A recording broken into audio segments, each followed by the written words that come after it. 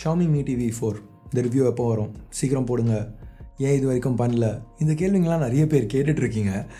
ஆனால் MWC நடுவில் வந்துருச்சு, Galaxy S9 லான்ச் ஆச்சு, நிறைய நடுவில் ஏதாவது வந்துகிட்டே இருந்துச்சு. ஷாமியே இன்னும் 2 டிவி லான்ச் பண்ணாங்க. ஸோ ஓவரால் இந்த ரிவ்யூ கொஞ்சம் நாங்கள் புஷ் பண்ணிகிட்டே போயிட்டோம். ஸோ அதுக்கு சாரி. பட் இப்போ வர வேண்டிய ஒரு டிவைஸ் எங்களுக்கு இன்னும் வராததுனால அந்த டயத்தில் இந்த ஸ்கிரிப்டை ரெடி பண்ணி இப்போ இந்த Mi TV 4 ரிவ்யூ வீடியோ பண்ணியிருக்கோம். ஸோ இந்த வீடியோ பார்த்ததுக்கப்புறம் பிடிச்சிருந்துச்சுன்னா மறக்காமல் கீழே இருக்கிற தம்ஸ் அப் பட்டன், சப்ஸ்கிரைப், பெல் ஐகான்ஸ் இதெல்லாம் ப்ரெஸ் பண்ணுங்கள். எங்களோட லேட்டஸ்ட் கிவ்அவே இது வரைக்கும் நீங்கள் பார்க்கலன்னா அதுக்கு ஒரு கார்டு.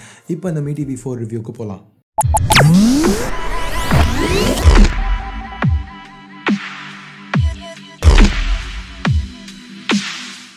ஸோ முதல்ல இந்த டிவியோட பில்ட் குவாலிட்டியில் ஆரம்பிப்போம். லுக்ஸ் எனக்கு பார்க்குறதுக்கு ரொம்பவே பிடிச்சிருந்துச்சு. இது ஒரு 55 இன்ச் டிவி, ஆனால் பெசல்ஸ் 3 சைட்லேயும் ரொம்ப ஸ்லிம்மாக இருக்குது. டாப்பில் டிவி வெறும் 4.9 mm திக்னஸோடு வருது. கிட்டத்தட்ட எல்லா ஃபோன்ஸோடையுமே அது ரொம்பவே ஸ்லிம்மாக இருக்குது. அஃப்கோர்ஸ் பாட்டமில் கொஞ்சம் திக்னஸ் அதிகம், 48 mm. ஆனாலும் மற்ற டிவிஸோட கம்பேர் பண்ணல இது ரொம்ப ஸ்லீக்காக, ரொம்ப ஸ்லிம்மாக இருக்குது, பார்க்க நல்லா இருக்குது. ப்ளஸ் நகர்த்துறதுக்கும் பெரிய பிரச்சனை கிடையாது. ஏன்னா ஸ்டாண்டோட கூட இது வெறும் 17.8 kg வெயிட்டில் வருது.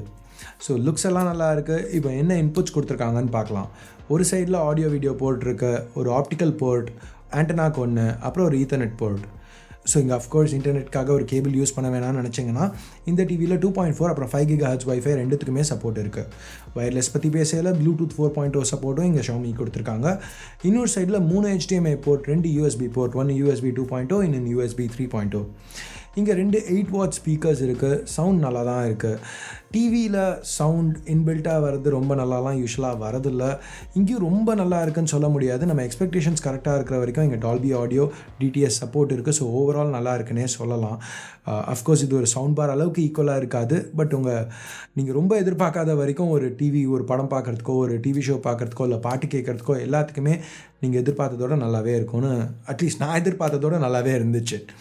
ஸோ எனிவே, ஸோ இதெல்லாம் ஓகே. ஒரு டிவின்னு வரையில் அதில் உள்ள மெயின் விஷயம் அந்த டிஸ்பிளே தான். இங்கே அதை Xiaomi நல்லாவே கொடுத்துருக்காங்க. இங்கே ஒரு 55 இன்ச் 4K HDR பேனல் இருக்குது. நிறைய பேர் HDRனா என்னென்னு கேட்டிருந்தீங்க. HDRனா ஹை டைனாமிக் ரேஞ்ச். சில இடத்துல சப்போர்ட் இருந்துச்சுன்னா அந்த பிளாக்குக்கும் ஒயிட்டுக்கும் நடுவில் உள்ள கலர் ரேஞ்ச் ரொம்பவே அதிகமாக இருக்கும். நார்மலாக நம்ம பார்க்குறதோட இன்னும் கொஞ்சம் ரிச்சான எஃபெக்ட் இருக்கும். எஸ்பெஷலி இப்போ PS4 Pro அந்த மாதிரி கான்சோல்ஸில் அதுக்கு சப்போர்ட் இருக்குது. நெட்ஃப்ளிக்ஸ் யூஸ் பண்ணிங்கன்னா அதுலேயும் சில HDR கான்டென்ட் இப்போ வருது. ஸோ அந்த மாதிரி ஏதாவது யூஸ் பண்ணிட்டு இருந்தீங்கன்னா இந்த பேனலை நீங்கள் ரொம்பவே அப்ரிஷியேட் பண்ணுவீங்க. இங்கே சைடு LEDs, இது ஒரு சாம்சங் பேனல், ஆனால் லைட் ப்ளீடிங் இஷ்யூஸ் எதுவுமே இல்லை. கலர் ரீப்ரொடக்ஷன் நல்லா இருந்துச்சு, நல்லா பஞ்சியாக நல்ல கான்ட்ராஸ்டோடு இருந்துச்சு. வியூயிங் ஆங்கிள்ஸ்லேயும் குறை சொல்கிற மாதிரி எதுவும் இல்லை. எஸ், எட்ஜஸ்லேருந்து நம்ம பார்க்கையில் ஒரு கலர் ஷிஃப்ட் இருக்குது. பட் இது எல்லா டிவிஸ்லையுமே வரது தான். இப்போ நான் பர்சனலாக ஒரு வியூ டிவி 75 இன்ச் யூஸ் பண்ணுறேன், ஒரு LG 55 இன்ச் யூஸ் பண்ணுறேன். அது எல்லாமே இதோட ரொம்பவே விலை அதிகமான டிவி. ஆனால் அதுலேயும் இதே மாதிரி கலர் ஷிஃப்ட்ஸ் நான் பார்க்குறதுனால அது ஒரு மெயின் நெகட்டிவாக இங்கே சொல்ல முடியாது. ஸோ பேனல்னு பார்த்தா Xiaomi இங்கே நல்லாவே கொடுத்துருக்காங்க. இந்த டிவி பற்றி ஒரு நெகட்டிவ்னு சொல்லணுன்னா அந்த ரிமோட். இப்போ யார் ஐடியாப்பா இது அந்த ஹோம் பட்டன் எடுத்து லெஃப்டில் போடுறதுக்கு? எதை பார்த்தாலும் இப்போ ஒரு ஆப்பிளுக்கும் ஆண்ட்ராய்டுக்கும் நிறைய டிஃப்ரென்ஸ் இருக்குது. ஆனால் ஐஃபோன்லேயும் ஹோம் பட்டன் சென்டரில் வருது. அமேசானுக்கும் கூகுளுக்கும் ஒத்து வராது. ஆனால் அவங்க ஃபயர் டிவியில் கூட ஹோம் பட்டன் சென்டரில் தான் கொடுத்துருக்காங்க. NVIDIA ஷீல்டு, எல்லா ஆண்ட்ராய்டு டிவி டிவைஸ் எல்லாத்துலேயுமே ஹோம் பட்டன் சென்டர் தான். சாம்சங்கும் கூகுளும் மாற்றி ரீசெண்ட் ஆப்ஸ் பேக்கை மாற்றிக்கிட்டாங்கனாலும் ஹோம் பட்டன் சென்டர் தான். ஆனால் இங்கே அந்த ஹோம் கீயை எடுத்து சைடில் கொடுத்துருக்கிறது யூஸ் பண்ணுறதுக்கு பழகிறதுக்கு ரொம்ப கஷ்டமாக இருந்துச்சு. எஸ்பெஷலி நான் மற்ற டிவைசஸ் எல்லாமே ஃபயர் டிவி அந்த மாதிரி டிவைசஸ் எல்லாமே கான்ஸ்டண்ட்டாக யூஸ் பண்ணுறதுனால எனக்கு பழகிறதுக்கு ரொம்ப கஷ்டமாக இருந்துச்சு. இதுதான் உங்களோட மெயின் டிவி, இதுதான் மெயினாக நீங்கள் ஸ்மார்ட் ஃபீச்சர்ஸ் யூஸ் பண்ண போகிறீங்க அப்படின்னா உங்களுக்கு சில நாளில் பழகிடும். ஸோ மெயின் நெகட்டிவாக உங்களுக்கு இருக்காது. பட் மல்டிபிள் டிவைசஸ் மாற்றி யூஸ் பண்ணுறவங்களுக்கு இது கொஞ்சம் கடுப்பான விஷயந்தான். பட் எனிவே, இதோட ரிவ்யூவை நான் ஜென்ரலாக முடிச்சிருப்பேன். ஏன்னா ஸ்மார்ட் இன்டர்ஃபேஸஸ் பற்றி நான் ரொம்ப அதிகமாக யூஸ்வலாக நான் இம்பார்ட்டன்ஸ் கொடுக்க மாட்டேன். ஏன்னா இப்போ ஒரு சில வருஷங்கள் முன்னாடி வரைக்கும் பார்த்தீங்கன்னா ஸ்மார்ட் அப்படின்னு வர ஃபீச்சர்ஸ் எல்லாமே வெறும் கிமிக்ஸாக தான் இருந்துச்சு. யூஸ்வலாக நம்ம யூஸ் பண்ணுற அளவுக்கு எதுவும் இருக்காது, ரொம்ப ஸ்லோவாக இருக்கும். நான் கொஞ்ச நாள் முன்னாடி வச்சிருந்த LG டிவியில் வந்துட்டு இது கூட என்ன சொல்கிறது, வைஃபை ஆப்ஷன் கூட கிடையாது. அதுக்கு வேணும்னா அவங்களோட ப்ராப்ரைட்டரி வைஃபை டாங்கிள் வாங்கணும். அது 4500 ரூபான்னு சொல்லி வித்துட்டு இருந்தாங்க. ஸோ பெருசாக ஸ்மார்ட் ஃபீச்சர்ஸ் எதுவும் நம்ம யூஸ் பண்ணுற பண்ணுற மாதிரி இல்லை. பட் இப்போ கொஞ்சம் நாளாக வர டிவிஸ், கடைசி ஒரு 6 மாதம் 12 மாதத்தில் வர டிவிஸ் எல்லாமே ஓரளவுக்கு நல்ல ஸ்மார்ட் ஃபங்க்ஷனாலிட்டியோடு வந்திருக்கு. இந்த மீ டிவிலையும் அதே மாதிரி தான். இங்கே அவங்களோட ஸ்மார்ட் ஃபீச்சர்ஸ் எல்லாத்தையும் பவர் பண்ணுறதுக்கு ஒரு AMLogic ப்ராசஸர் யூஸ் பண்ணியிருக்காங்க. 2GB RAM, 8GB storage. அதில் யூஸபிள் ஸ்டோரேஜ் கம்மி தான். ஆனால் ஷாமி இங்கே அந்த இன்டர்ஃபேஸை நல்லாவே ஆப்டிமைஸ் பண்ணியிருக்காங்க. இன்ஃபேக்ட் ஷாருக்கும் சுந்தரம் தான் அந்த ஸ்மார்ட் ஃபீச்சர்ஸை நிறையவே டெஸ்ட் பண்ணிட்டு இருந்தாங்க. ஸோ ஷாருக் அவன் வீடியோவில் என்ன சொன்னாங்கிறத இப்போ பார்ப்போம். பேட்ச்வால் இன்டர்ஃபேஸ் இது ஷவுமியோட கான்டென்ட் அக்ரிகேஷன் பிளாட்ஃபார்ம். அதாவது விதவிதமான சோர்ஸ்லேருந்து பாப்புலரான கான்டென்ட்லாம் காமிக்கும். இந்த இன்டர்ஃபேஸில் தான் மீ டிவி ரன் ஆகுது. தேர்ந்தெடுக்க எக்கச்சக்க ஆப்ஷன் இருக்குது. மூவிஸ்லேருந்து மியூசிக், ஸ்போர்ட்ஸ், ஏன் குழந்தைங்க பார்க்குறதுக்கு கூட நிறைய கண்டென்ட் இருக்குது. எப்போயாச்சும் உங்களுக்கு எல்லா சேனல்லையும் ஆராய்ச்சி பண்ணி பிடிச்ச ஷோவை தேர்ந்தெடுக்க சோம்பேறித்தனமாக இருந்தால் ஜஸ்ட் பேட்ச்வாலில் போய் சும்மா கண்ணில் படுறதுல எது நல்லாயிருக்கு அப்படின்னு நீங்கள் நினைக்கிறீங்களோ அதை பார்க்கலாம். அப்படி உங்களுக்கு ஏதாவது பார்த்த உடனே பிடிச்சி போய் அதை கிளிக் பண்ணுறீங்கன்னா பை சான்ஸ் அது டிவி சேனலில் இருந்தால் மீ டிவி ஆட்டோமேட்டிக்காக உங்களோட செட்டாப் பாக்ஸ்க்கு மாறிடும். அது மட்டும் இல்லாமல் ஐஆர் பிளாஸ்டர் யூஸ் பண்ணி நீங்கள் வேணும்னா செட்டாப் பாக்ஸ் இல்லை D2H பாக்ஸை கூட மீ ரிமோட் வச்சு கண்ட்ரோல் பண்ணலாம். ஸோ மீ டிவி ரிமோட் மட்டும் இருந்தாலே போதும், எல்லாமே கண்ட்ரோல் பண்ணிக்கலாம். இனிமேல் உட்கார்ந்த இடத்துலேருந்து ஏந்திரிக்க வேண்டிய வேலையே இருக்காதுன்னு நினைக்கிறேன்.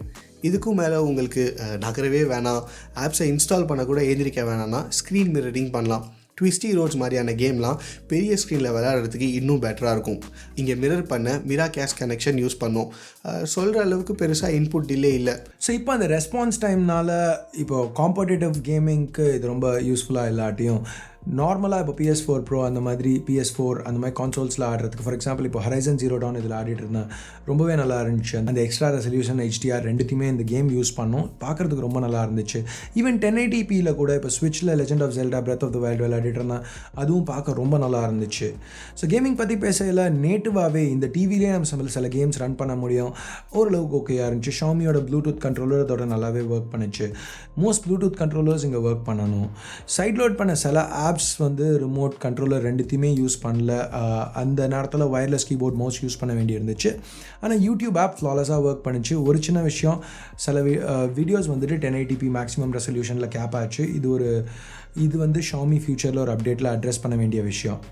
ஸோ இப்போ மோஸ்ட் ஃபார்மேட்ஸ்க்கு இங்கே சப்போர்ட் இருக்குது யூஎஸ்பி மூலம் ப்ளே பண்ணுறதுக்கு. ஸோ உங்களுக்கு ஏதாவது டிவி ஷோஸ், மூவிஸ் ஏதாவது யூஎஸ்பி ட்ரைவில் வச்சுருந்தீங்கன்னா இந்த டிவியால் அதை ரன் பண்ண முடியும், எந்த பிரச்சனையும் இருக்காது. ஸோ ஓவரால் இந்த டிவி பார்க்குறதுக்கு தாறுமாறாக இருக்குது. பேனல் நல்லா இருக்குது, இன்டர்ஃபேஸ் ஓகே, கொஞ்சம் ரஃபாக இருக்குது, ஆனாலும் நல்லா ப்ராமிசிங்காக இருக்குது. ஃப்யூச்சரில் நல்லா அப்டேட்ஸ் கொடுப்பாங்கன்னு எதிர்பார்க்குற அளவுக்கு இருக்குது. அஃப்கோர்ஸ் இந்த இன்டர்ஃபேஸ் பிடிக்கலனா இந்த டிவியை பூட் ஆகலே ஒரு HDMI ஸ்விட்ச் பண்ண சொல்லிட்டு ஒரு ஃபயர் டிவி ஏதாவது யூஸ் பண்ணிங்கன்னா நீங்கள் இந்த பேட்ச்வால் இன்டர்ஃபேஸே பார்க்க தேவையில்லை. எப்போவுமே பூட் ஆகலை, டேரெக்டாக ஃபயர் டிவியில் போய் நிற்கும். ஸோ இந்த ஃபீச்சர்ஸ் எல்லாமே 40,000 ரூபா ரேட்டுக்கு கொடுக்குறாங்க. இப்போ லேட்டஸ்ட் எக்ஸ்சேஞ்ச் ரேட்ஸ் வச்சு பார்க்கல, இன்ஃபேக்ட் இது சைனா ப்ரைஸோட 1000 ரூபா கம்மியாக வருது. ஸோ இந்த ரேட்டுக்கு க்ளோசஸ்ட் காம்படிஷனோட ஷாமி ஒரு 20-30% சீப்பாக இருக்காங்க. ஸோ ஓவரால் இந்த ரேட்டுக்கு இது ரொம்ப நல்ல ஒரு டிவின்னு சொல்லலாம். ஷாமி இங்கே பர்ஃபெக்டாக கொடுத்துருக்காங்கன்னு சொல்லலாம். ஆனால் ஒரு மேஜர் நெகட்டிவ், ஃப்ளாஷ் சேல்ஸ். இந்த டிவிக்கு மேஜர் நெகட்டிவ் அப்படின்னு சொல்லணுன்னா ப்ராபப்ளி இந்த ஃப்ளாஷ் சேல்ஸ் மட்டும்தான். பாக்கி எல்லாமே நல்லா பண்ணல, ஆனாலும் இந்த ஃப்ளாஷ் சேல்ஸ் இருக்கிறதுனால வாரம் இதை வாங்குறதுக்கு ரொம்பவே கஷ்டமாக இருக்குது. எஸ், எனக்கு புரியுது ஷாமி ஏன் ஃப்ளாஷ் சேல்ஸ் கொடுக்குறாங்க, அவங்க அதை பண்ணி ஆகணுன்ட்டு. ஆனாலும் ஒரு கன்சியூமராக அது ஒரு கஷ்டம் இல்லைன்னு சொல்ல முடியாது.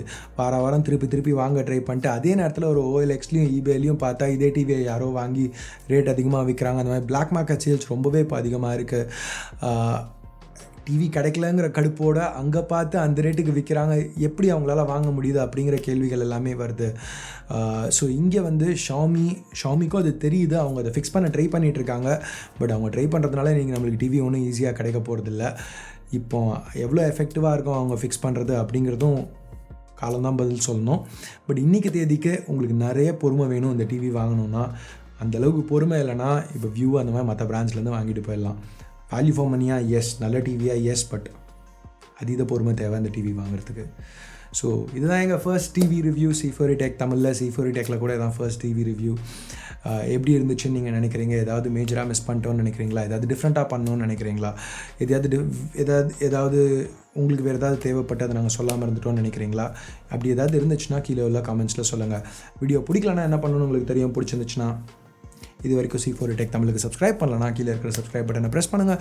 ஏற்கனவே சப்ஸ்கிரைப் பண்ணியிருந்தீங்கன்னா அது பக்கத்தில் ஒரு பெல் ஐக்கான் இருக்கும், அதையும் ப்ரெஸ் பண்ணுங்கள். அப்போ தான் நாங்கள் போடுற ஒரு வீடியோஸ்க்கும் ஃபர்ஸ்ட்டாக உங்களுக்கு அப்டேட்ஸ் வரும். ஸோ அவ்வளோதான், இந்த வீடியோக்கு அடுத்த வீடியோவில் உங்களை திருப்பி சந்திக்கிற வரைக்கும் என் பேர் ஆஷ், நீங்கள் பார்த்துட்டு இருக்கிறது C4 tech Tamil. Have a nice day. Bye.